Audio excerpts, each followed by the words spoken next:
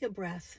In a recent client group call, we had a conversation around relationships because one of the clients said, I feel like I'm the problem. I'm the common denominator. I'm the one who's been in all of my adult relationships and they all haven't worked.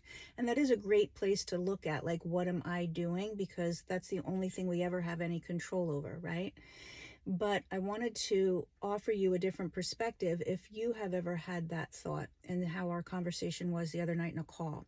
So my name is Linda Downey, and I work with women to overcome stress and anxiety and toxic patterns in how they manage their life or in relationships, and the way that their health is showing up with chronic health issues, sleep issues, things that they want to overcome and they haven't been able to in the conventional ways so far. So that's who I am. And in this conversation with this client, what we looked at was a perspective that says who I am and where I'm at in my own emotional maturity, whatever emotional level I have attained so far, that I'm going to find someone who is a match for that.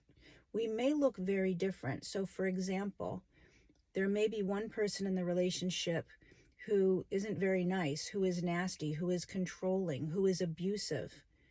But that person is going to be a great match for someone who has the thoughts in their head, I never do things good enough. Life doesn't work out for me. I have to work harder. If I can just prove that I am the one, if I can just prove that I can save this person or I can make a difference, then they'll treat me better. So the level of emotional expansion, emotional maturity is the same. That's why they connect. That's why two people connect, because their level of emotional maturity is the same, even if how it's expressed looks very different. But if you've been in relationships where you're thinking this is the same toxic pattern, it might be husband number 2, it might be serious relationship number 4 in my adulthood, but I keep having the same patterns, there's something wrong with me.